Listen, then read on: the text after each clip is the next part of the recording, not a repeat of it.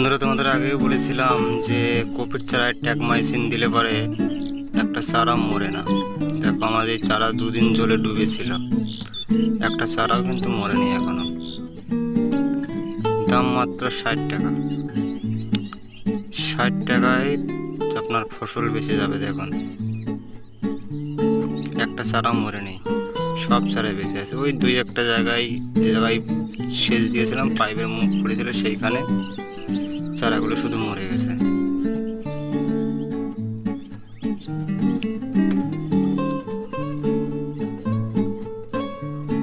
একটা চারা মরেনি। দেখো,